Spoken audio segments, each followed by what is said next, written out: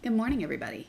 My name is Samantha Mirabal with Milko's application team, doing our design shop talk today. See what questions you might have, see if we can get them answered for you. I did not get a whole bunch of questions ahead of time, so if you've got any, please type them in the chat window. Not in the chat windows, sorry, in the comments on the videos. We're live on both YouTube and Facebook. I don't see private messages while we're live, so be sure you're typing them in on the lives, because that's when I'm looking off to the side. That's what I'm looking at. Let me make sure both platforms are up. There's Facebook and there is YouTube. Awesome. We are up on both. Good morning, Lorena. In sunny Alaska. Cold. It's like 90 something here. I love it. Anyway, excuse me. I do have a bit of a cough today, so apologize for the noise. All right, so jumping in. I'm trying to convert an SVD to an applique. When you converted it over, it crashed, essentially, is what I'm reading, and now DesignShop won't open. Yeah, I've never had anything crash so hard that it won't open DesignShop. So the only thing I can say for that one would be to call the tech support folks and see if they can remote into your computer and see what's going on. That I don't even know how a file would do that. So I'm sorry I'm not much help with that, but if you talk to tech support, they can help get you back up and running. So sorry, good morning. Was that in DPI and photo? Christine, I do not understand that question. What was the DPI in Photoshop that slips into DesignShop at the correct? Oh goodness, 72. Honest to goodness, I don't remember. I know you can set the DPI in DesignShop, so I will have to get with the guys to find your exact answer. But it's been so long and I don't do that. But if you go Tools, Options, right here, Open Graphics at, you can set what DPI you want to open the file at. Yeah. I know it was a weird number, Christine. It wasn't a standard, 200 or 300. 254 might actually be it because that's points, so 25.4. So if I had to guess, you're probably right, 254, because that would correlate to points directly to match with DesignShop. So I can find out for sure for you. I'll type in on the comments after the live is done, when I call the guy who reminds me these things when I forget them. But 254 is probably right. And okay, what was I talking about? Okay, we talked about calling it those folks. I'm bouncing too much. I'm sorry. I wanted to make sure I didn't miss any other questions. All right. Is there a way to set up templates or vectors with text for added info that won't save in the file? I'm not quite sure. Rachel, I know you asked this one. I don't quite understand the question. Let me show you a few things you can do. So let's say you want to add disclaimers to things, right? So if I go to my C drive, design, let's say I'm making I don't want that. I want the one day. There. So let's say you're going to make a digital proof for a customer and you want them to put a note on here that says, monitors or colors may vary, something like that. So what you can do is colors may vary. I'm going to leave it simple, but let's say you're trying to add disclaimers. So one thing you can do is type in whatever you want, convert it, and you can do this also in Illustrator. But if you convert to vector, you can then take this thing and save it as a custom shape and custom design, colors vary.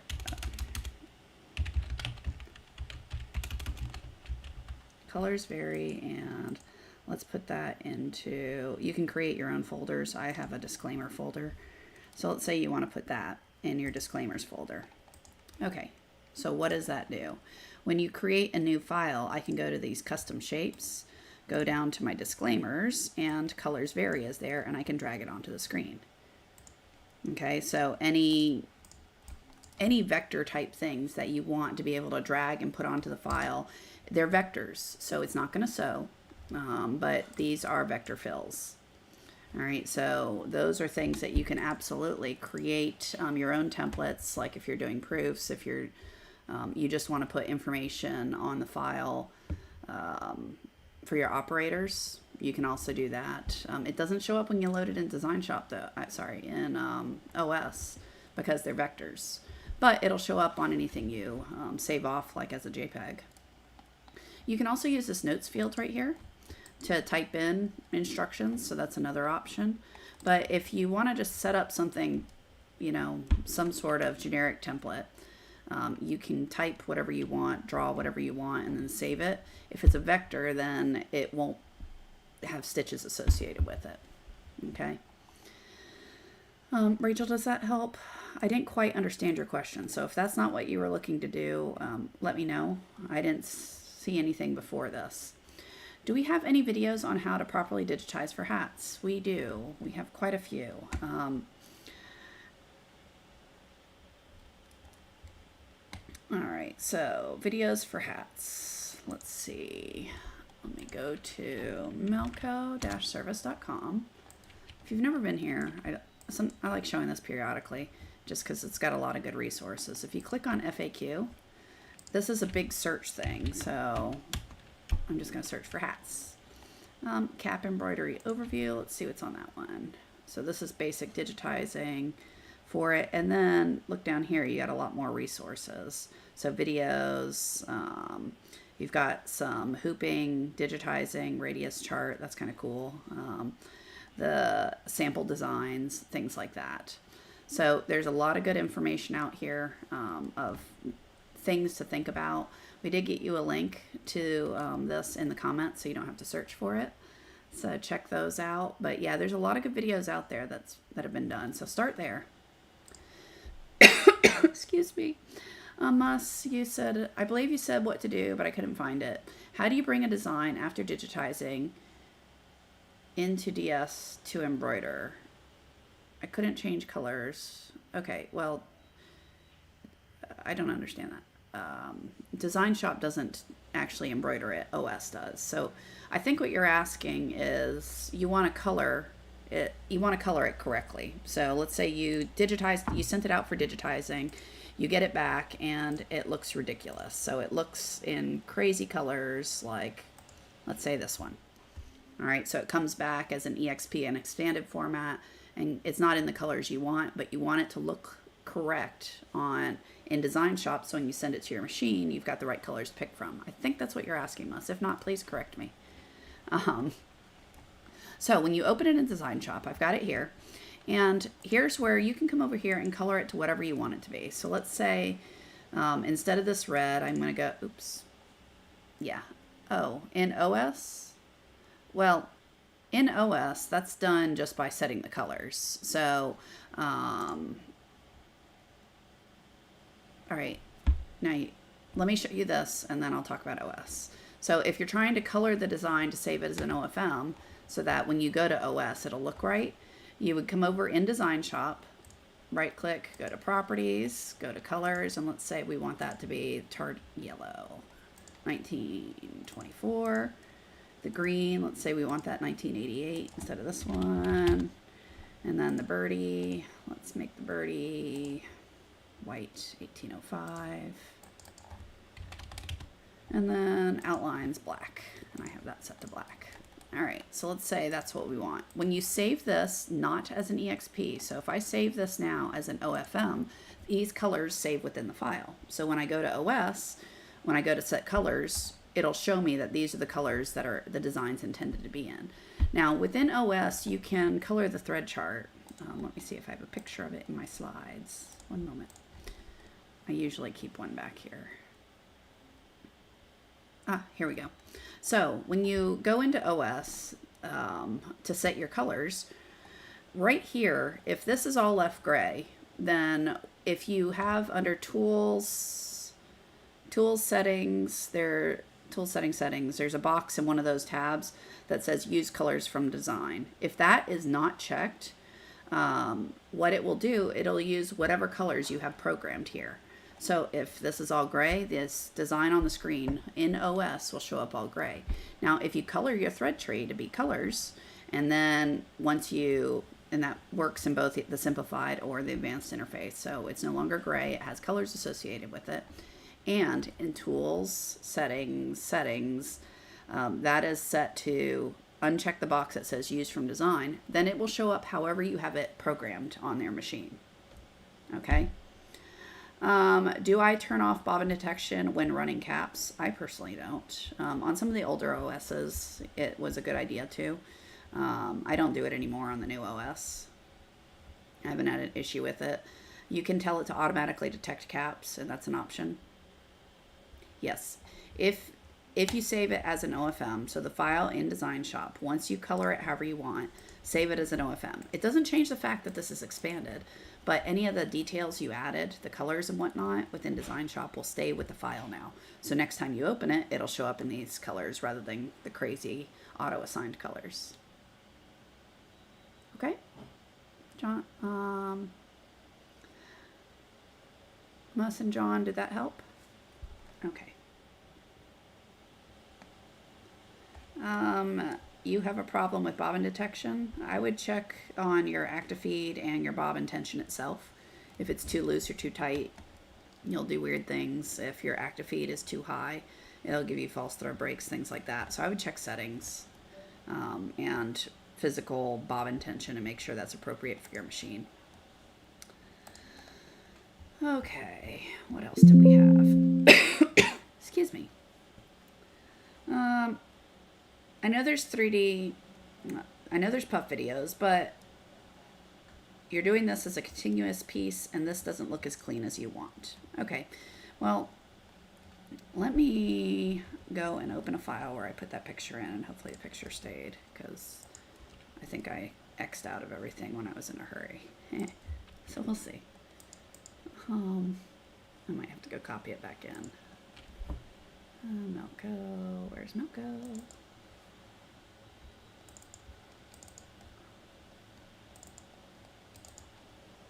And yes, the picture stayed. Okay, so first things to think about when, all right, so puff in general, you're going to have to either cap or pinch the ends, because along every edge, you're going to need needle penetrations. If you don't have needle penetrations, then, like, for instance, if I just, well, this is a pinch, so bad example. And so if I did stitches from here to here and ended that way, all the puff that's sticking out here wouldn't be cut, so it would be bad.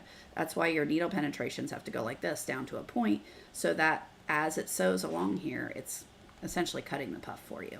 Okay, so when you look at things like this, what are different ways we can digitize it? And I'll tell you, you can do it a bunch of ways, right? Now, here's one thought. Depending on the size of this, if you're going around like this, so basically you're fanning the stitches around. Is that a good idea? Probably not, particularly for puff, because what happens when I'm doing stitches this way, and notice where this is always coming back to. If I'm trying to sweep around here, yes, that's giving me needle penetrations all along here, but I have about 2,000, I'm exaggerating, I've got about 2,000 stitches right here, which this is not going to look good at all if you swing stitches around like that. Okay, so what's other ways we can do it?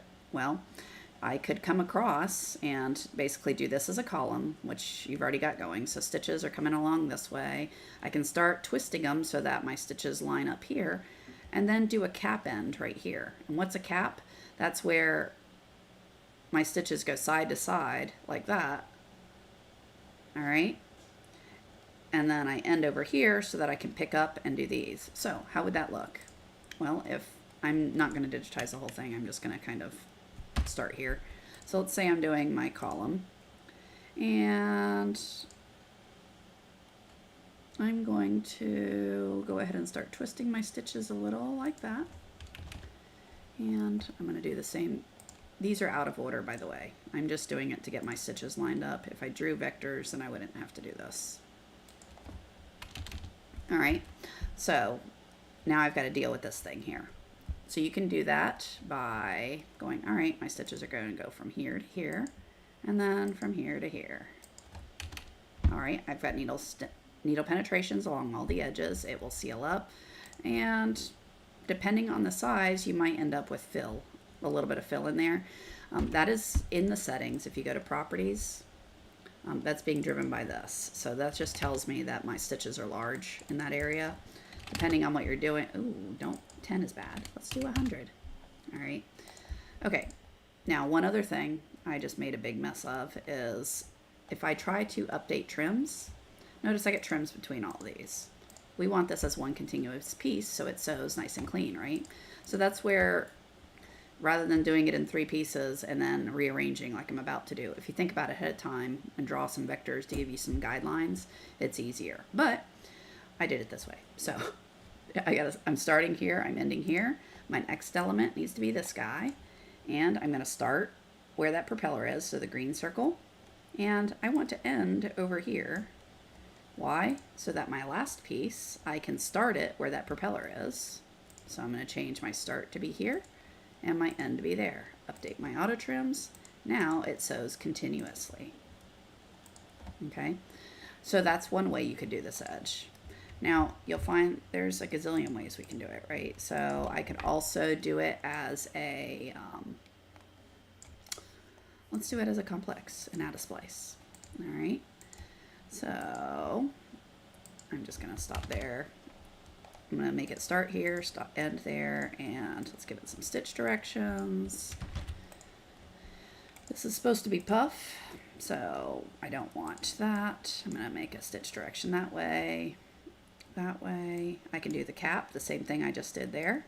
So I could also do the same cap look and then go and change this, and I only digitize one element this time. This again has to be larger just because of the size of my shape right here.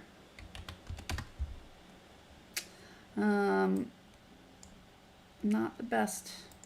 I can also add a splice. So if I come in here and said, all right, instead of a cap look, let me get rid of, I'm gonna get rid of the stitch directions. So I'm just selecting them and hitting delete. This time I'm going to add a splice. All right, so I got a splice line. And now I have no stitches, so I need to add some stitches. I'm going to add stitches that way and that way. And actually, I kind of like how it is. Okay, so you can add a splice along here. So there are a lot of ways to deal with this. Whenever you have splices, I like to add some pull offset to make sure that you have a nice overlap there. So it's kind of what look do you want to go for. This is supposed to be puff. Notice my densities are auto. That's not for puff, right? So I'd have to go change my densities and make that closer to 2, things like that. So there's other changes I would have to make. But just for how to digitize this corner, what look do you want is kind of going to drive how you digitize it. Okay, does that help any, hopefully? What other questions do we have? But like I said, the key for puff digitizing is to be very certain all edges have needle penetrations along there. So like up this way, if I really wanted my stitches to end going this way, which I don't, but just let's pretend. Oh, I did that backwards. I'm sorry. Let's do this. So if I want my stitches to end this way, so they're running side to side, I can't do that and have this sew successfully as puff unless underneath here I did some sort of edge to make I'm not gonna do it with that one. Let's do it as another column. That way my stitches are cleaner. There we go. So that would go underneath this element so that now I have needle penetrations along here to cut it. On the puff with the splice, would that tear the puff at the line with all the needle penetrations? It would, yes, but the puff is still going to be captured under all that thread. So what it will result in is similar to what you see on these, let me see if I can go grab one real quick. Melco. I did not open them ahead of time, so of course they're not there. Okay. If you haven't sewn these designs, and let's see. Oh, it's not in that. It's under my puff folder. There we go. That one. I think this is a sample design you can find. So see this?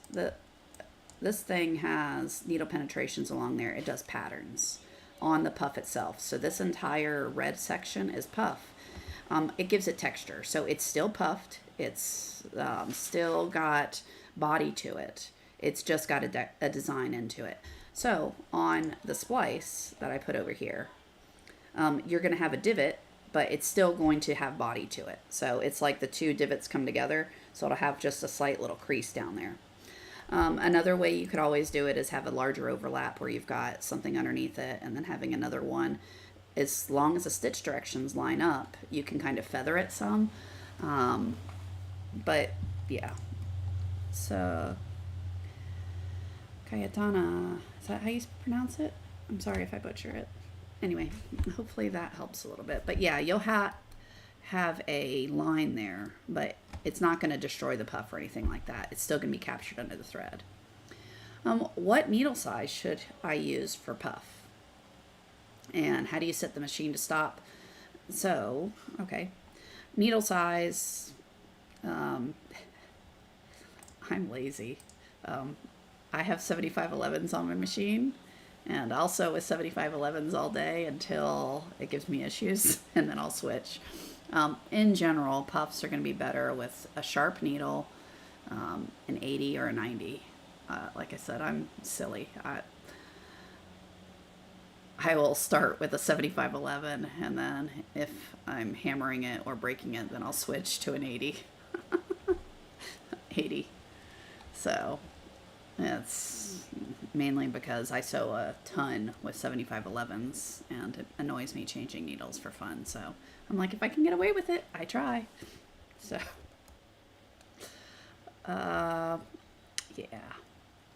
How do I, oh, your other question was, how do you stop the machine? Okay, so I have, okay, so right here, you've got a hold, you've got applique and hold. So applique, the machine stops and the hoop comes out from under the machine. If you're sewing hats, I wouldn't suggest that. You just want it to stay put. You just want it to stop. So I use hold. So instead of having, you set a color, you put a hold, lay your puff down, and then sew. So instead of clicking hold, you'd have applique. Instead of applique, you'd have hold. Okay. But that's how you set it up. Right in the color change, you just click wherever you want to. After you finish all your sewing, now you want it to stop. You put the hold in, and then you finish programming it. The different colors, your color sequence will look like this when you go to stow it. After it finishes doing whatever it's going to do, when it gets to that hold, the machine will just stop and sit there until you hit the green button and make it go again. Okay. All right, what other questions? Give me a quick look. All right, I don't see any other ones typed in. We did that. I did all that. As I said, Christine, I will check on that 254 for you on the DPI in Photoshop. So what that question was, if you didn't see it, it's on YouTube. That she was asking what DPI in Photoshop, when you bring the image over in DesignShop, it comes over 1-to-1. Because if you've ever brought pictures over, sometimes they'll be huge or sometimes they'll be tiny. So the question is, what is the DPI I need to save off in Photoshop so that when I open it in DesignShop, it'll be there. She asked 254. I always forget. I'm pretty sure 254 is the right answer, but I will check. So I'll type that in afterwards. What type of puff do you recommend? I like the bodybuilder puff from Madeira. It's really all I've bought. In a pinch, I have gone to the craft store and bought the craft foam. So I have used that, but I tend to just buy the bodybuilder stuff from Madeira. Mainly because I buy a lot of stuff from Madeira, so I just add it on to the order. What other questions? Is there a way to turn the background in a Maya OS to a different color? Yep. So I do not have OS up here, and I'm not connected to any of those machines, but I can show you where. So if you go to where you set colors, right click on one of these bubbles like you're going to give it a color, and it'll bring up a screen. On that screen where it'll have the color chart right here, and there's a little box here that says color number 1. Just use the arrows next to that to lower the number down to 0, and that is the background color. And then you can set the background to whatever you want, whether it's RGBs or pick a thread color, and it'll make the entire background of the OS go to that color. Okay. Diane, hopefully that helps. What other questions? Any others? We got you a link on how to change the color in OS. Awesome. Thank you, whoever's helping me today. Not Melco. All right. Any other questions? I don't see any typed in.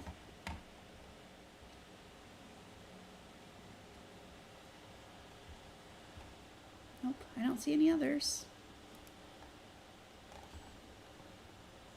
Okay, everyone. Those are all the ones I had sent in ahead of time, and the ones we had typed in while we were live here. Next week I'm aiming for Friday, so we'll be back on Friday. If you have questions, this picture here I tend to post in the different Facebook groups asking for questions. So when you see that pop up, just add whatever questions you have to that, and I'll add them to my little PowerPoint that I start with. Other than that, I hope everyone has a fabulous weekend. It's gonna be, my son plays cello, and he's going to be doing his little solo ensemble judged thing, so he's nervous as heck. So we have that and soccer, and basically I'm mom taxi for the weekend. So yeah. Oh, well, thank you, Lorena. Yeah, I don't know what this cough is. It started this morning. I don't like it. So you guys have a great weekend. I will talk to you next week. Have fun sewing, and let us know what you want to learn about, and we'll see how we can do to help. All right. Bye, everyone.